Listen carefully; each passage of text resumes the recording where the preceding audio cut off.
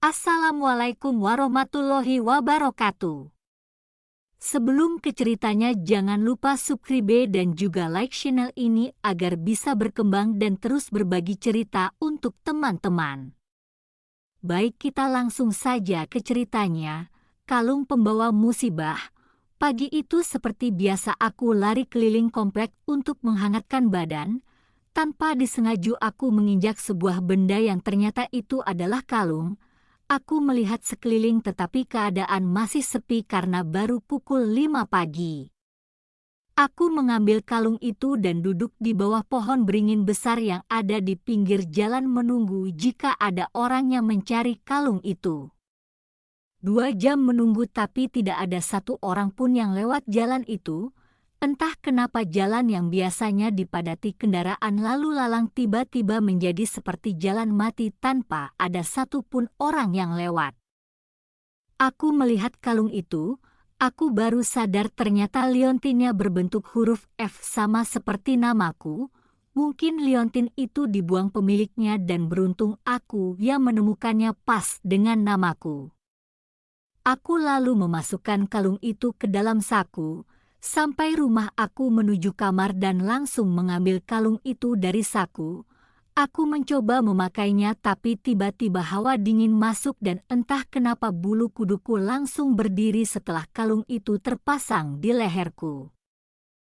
Kemudian aku melihat ke kaca kalung itu memang sangat indah. Aku tidak akan melepas kalung itu. Saat aku melihat kaca lagi di belakangku ada seorang wanita dengan wajah pucat menatap ke arahku. Aku terkejut dan melihat ke belakang. Tapi tidak ada siapa-siapa. Aku mulai ketakutan dan berlari keluar.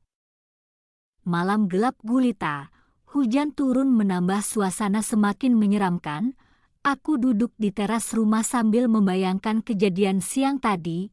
Sebuah pertanyaan muncul dari pikiranku. Siapa cewek tadi? Kenapa dia muncul di saat aku memakai kalung itu? Apa dia pemilik kalung sebelumnya? Apa dia sudah meninggal? Apa dia datang untuk mengambil kalungnya kembali? Semakin dipikir aku semakin takut. Lalu tanpa sengaja aku melihat ke sebuah pohon besar di samping rumah. Jantungku serasa berhenti berdetak saat melihat di bawah pohon itu ada gadis yang muncul di kamarku waktu itu. Dia melihat ke arahku dengan tatapan kosong. Aku mencoba memberanikan diri menatap gadis itu dalam-dalam. Astaga, gadis itu ternyata tidak menapak di tanah, dia melayang jadi dia hantu. Aku langsung terduduk lemas dan tidak sadarkan diri. Kembalikan kalungku, kata gadis itu. Kamu siapa? Kenapa kamu mau mengambil kalung ini? Kataku sambil memegang kalung itu erat-erat. Itu kalungku. Kembalikan atau kau akan mati. Kata gadis itu dengan tatapan tajam dan tiba-tiba wajahnya berubah mengerikan dan berlumuran darah kemudian semakin mendekat semakin dekat dan langsung mencekik. Tidak, jangan. Vi, bangun. Vi. Jangan. Aku terbangun dengan keringat bercucuran. Kamu kenapa, Vi? Tanya mama cemas. Aku mimpi buruk, Ma. Kataku langsung memeluk mama sambil menangis. Kamu tenang ya, itu cuma mimpi. Kata mama menenangkan, tapi mimpi itu rasanya begitu nyata, Ma. Aku takut. Tenang ya, kamu kenapa sampai pingsan begitu? Kamu sakit? Tadi aku melihat hantu di pohon samping rumah kita, Ma. Mungkin itu cuma halusinasi kamu aja. Kata mama, enggak, Ma. Tadi itu beneran. Ya sudah, kamu tidur lagi ya. Enggak, malam ini aku tidur di kamar mama ya. Aku takut. Ya sudah, kamu boleh tidur sama mama. Hari ini aku berniat ingin membuang kalung itu.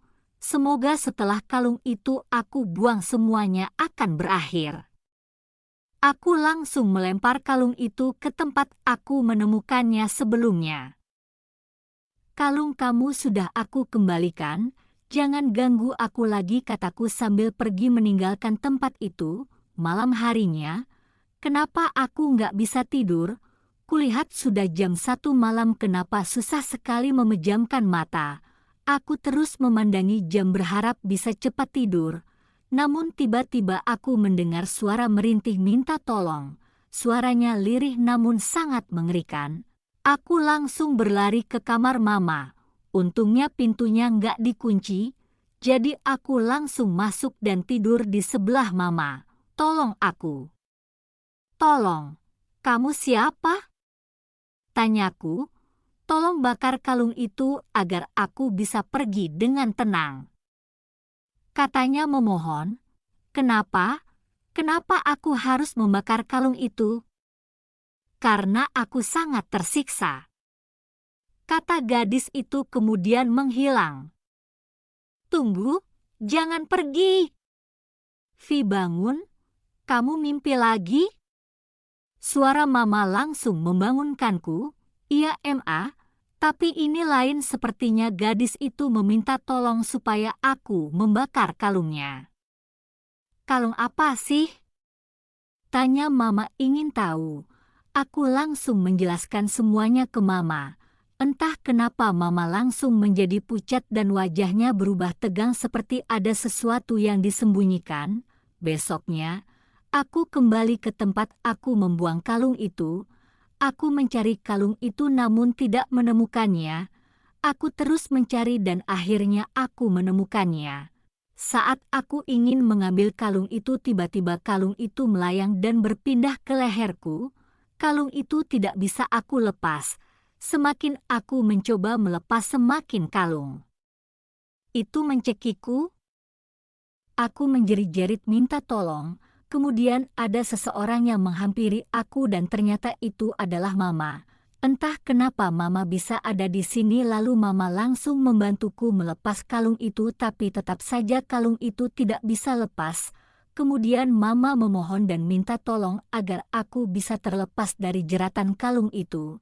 Mama juga sempat mengatakan bahwa aku ini adalah adiknya. Mama meminta jangan membawa aku bersamanya karena Mama nggak ingin kejadian yang sama terulang lagi. Aku nggak tahu maksud Mama apa, tapi setelah mengatakan itu kalung itu bisa terlepas, aku langsung membuang kalung itu ke tanah dan Mama langsung menumpahkan bensin yang dibawanya ke kalung itu kemudian langsung membakarnya. Aku bersyukur bisa terlepas dari kalung petaka itu. Saat aku melihat kalung yang terbakar itu, aku seperti melihat sosok perempuan waktu itu tersenyum padaku. Aku lalu membalas senyumannya. Kemudian aku menanyakan ke Mama kenapa Mama bisa ada di sini dan kenapa kalung itu bisa terlepas. Setelah Mama memohon untuk melepaskan jeratannya, aku terus membujuk Mama untuk mengatakan yang sebenarnya sampai akhirnya Mama mau menceritakan. 15 tahun lalu sebelum kamu dilahirkan ada kejadian tragis yang menimpa kakak kamu. Kakak kamu menderita sakit yang sangat parah dan tidak bisa disembuhkan. Penyakit itu tergolong langka. Mama dan Papa sudah membawa kakak kamu berobat kemana-mana tapi tetap saja tidak ada hasilnya. Kami hampir putus asa. Lalu ada orang pintar yang mengatakan kalau penyakit yang diderita kakak kamu itu disebabkan oleh kalung yang ditemukan kakak kamu di jalan. Kalung itu sudah terkena kutukan dan kakak kamu memakai kalung itu, akibatnya dia jadi terkena penyakit yang mematikan itu. Kami lalu membuang kalung itu, dan saat kami ingin membakarnya kalung itu tiba-tiba menghilang. Tidak lama kemudian kami mendengar jeritan kakak kamu dari rumah. Setelah kami lihat ternyata kakak kamu sudah meninggal dengan sangat mengenaskan. Kata orang pintar kakak kamu menjadi tumbal dari kalung itu. Rohnya masih terperangkap di kalung itu dan tidak bisa keluar. Kalau ada orang yang menemukan kalung itu dan berhasil membakarnya, maka roh-roh yang terperangkap di kalung itu bisa terlepas dan pergi dengan tenang. Jadi sebenarnya aku mempunyai kakak Ma. Kenapa Mama baru cerita kejadian ini sekarang? Mama sudah melupakan kejadian ini, tapi saat kamu menceritakan tentang kalung itu, Mama teringat kembali kejadian masa lalu yang sudah menewaskan kakak kamu. Jadi Mama mengikuti kamu dari belakang dan ternyata dugaan Mama benar. Untungnya kamu tidak telat membuang kalung itu dan kamu tidak bernasib sama seperti kakak kamu. Mama bersyukur kamu selamat sayang. Kata Mama sambil memeluk aku. Aku bahagia bisa terbebas dari kalung petaka itu. Namun di sisi lain aku sedih kenapa aku baru tahu kejadian ini sekarang. Jadi sosok perempuan yang ada di mimpiku dan meminta tolong untuk membakar kalung itu mungkin adalah kakakku dan yang tersenyum tadi adalah kakakku yang ingin mengucapkan terima kasih dan salam perpisahan. Sekian cerita ini semoga bisa menghibur teman-teman semua. Sampai jumpa di lain cerita. Bye-bye.